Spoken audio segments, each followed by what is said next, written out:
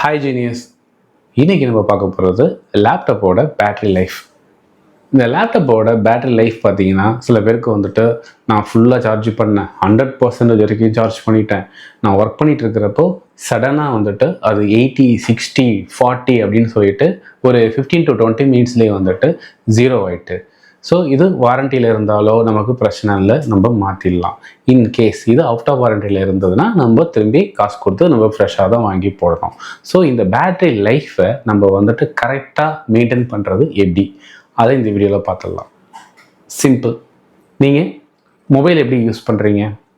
காலையில் சார்ஜ் போடுறீங்க, திருப்பி நீங்கள் ஒன் டே ஃபுல்லாக அதை யூஸ் பண்ணுறீங்க, அது எப்போ சார்ஜ் இறங்குதோ அப்போ தான் சார்ஜ் பண்ணுறீங்க.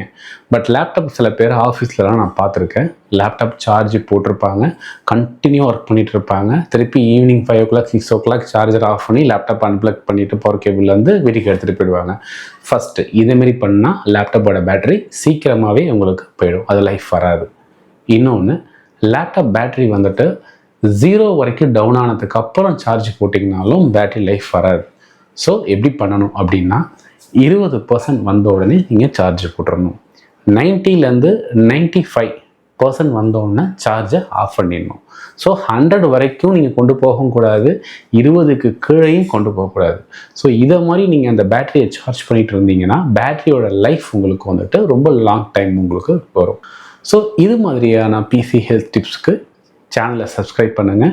உங்களுக்கு லேப்டாப்பில் gaming laptop, office laptop, student laptop, என்ன லேப்டாப் வேணுனாலும் கீழே டிஸ்கிரிப்ஷனில் டீட்டெயில் கொடுத்துருக்கேன். கால் பண்ணி அவங்களோட பெஸ்ட் ப்ரைஸை கேளுங்க.